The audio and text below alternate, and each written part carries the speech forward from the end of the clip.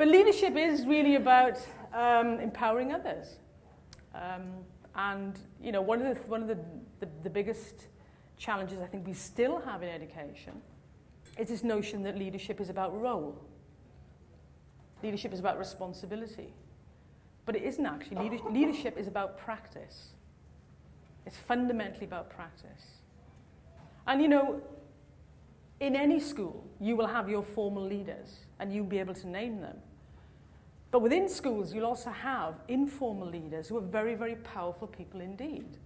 People in positional authority or who have personal authority. So we need to encapsulate and harness all the leadership, energy, and capability and capacity that we've got in the school.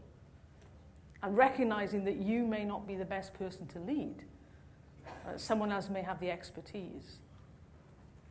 And I remember, you know, when I was a young teacher a long time ago, I was promoted very quickly up the ranks, and it caused a huge amount of consternation in the staff room because, you know, here was I, a young teacher, taking on this formal leadership role.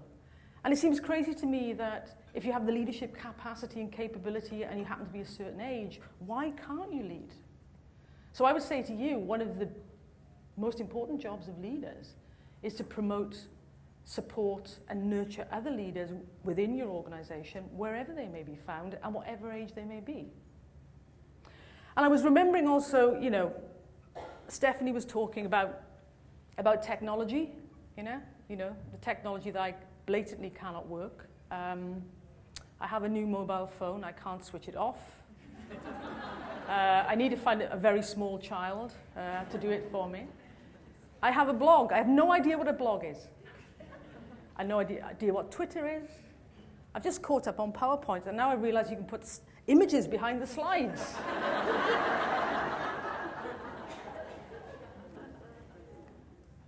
So I'm pretty far back when it comes to being technologically competent.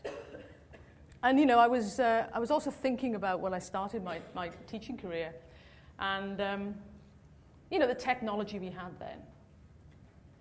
We had typewriters. Anybody remember typewriters? You know how sad that is? Really sad.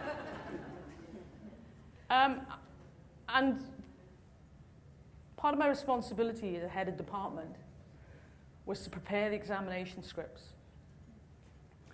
And we had, and I've learned the word here, we had something called a ditto machine. We call it a banding machine in England. You know what I mean, right? Do the actions, yeah. Do you know, if I'm talking to undergraduates, they think, what are you talking about? And I remember that one of the best things about, this is probably the most interesting part of my talk. Everybody seems to be engaged with the ditto machine. You know, one of the things I remember about the ditto machine and preparing the examination scripts was the smell of the fluid that got you through many.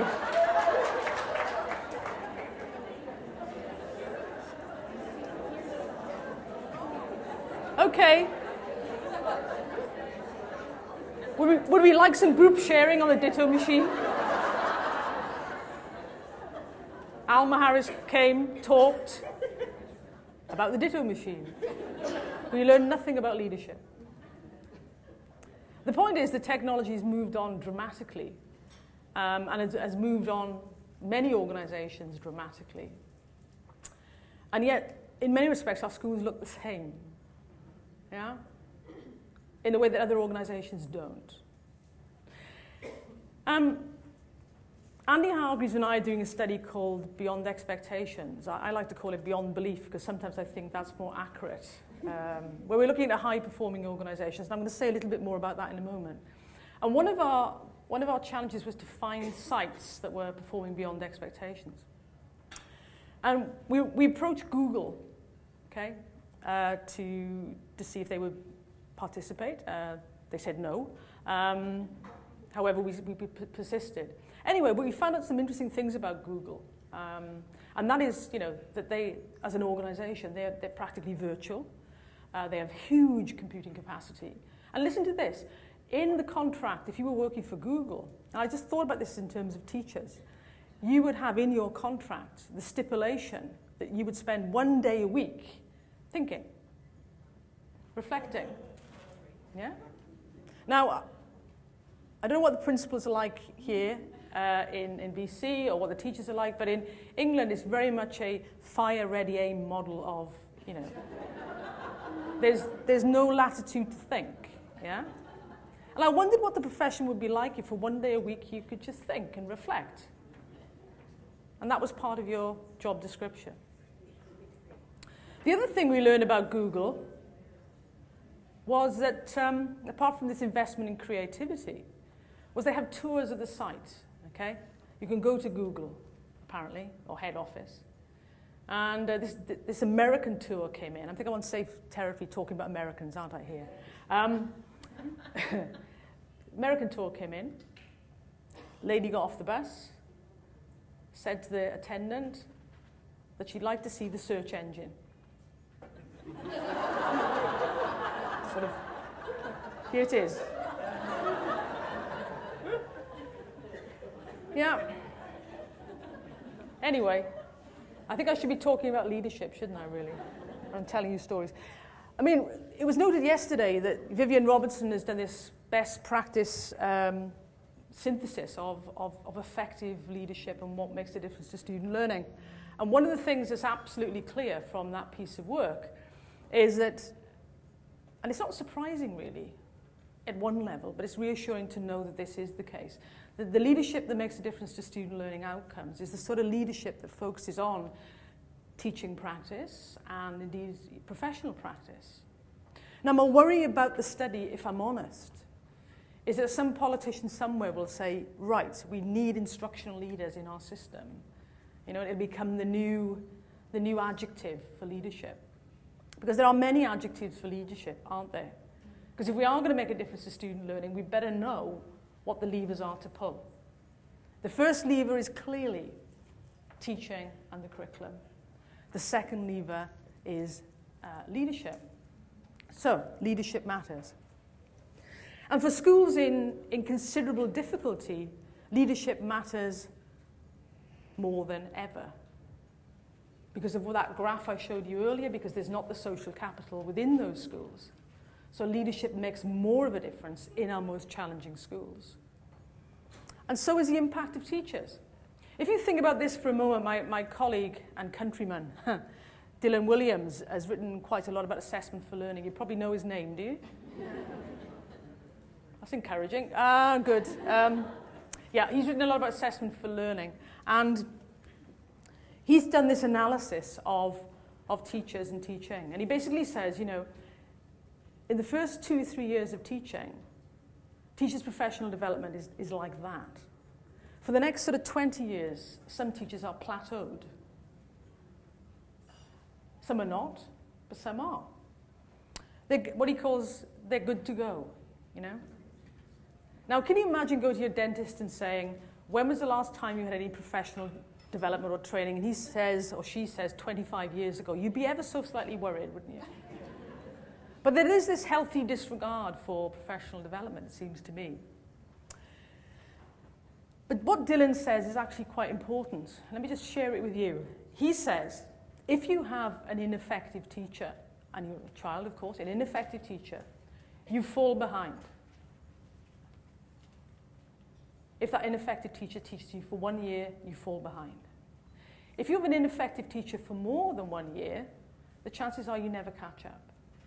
Now that's the difference that teachers make, and that's the power of good teachers vis-a-vis bad teachers.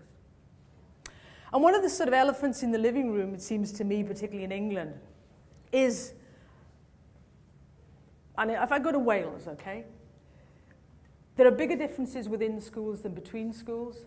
The within-school variation is much bigger than the between-school variation, and it is most acute at the level of the individual teacher.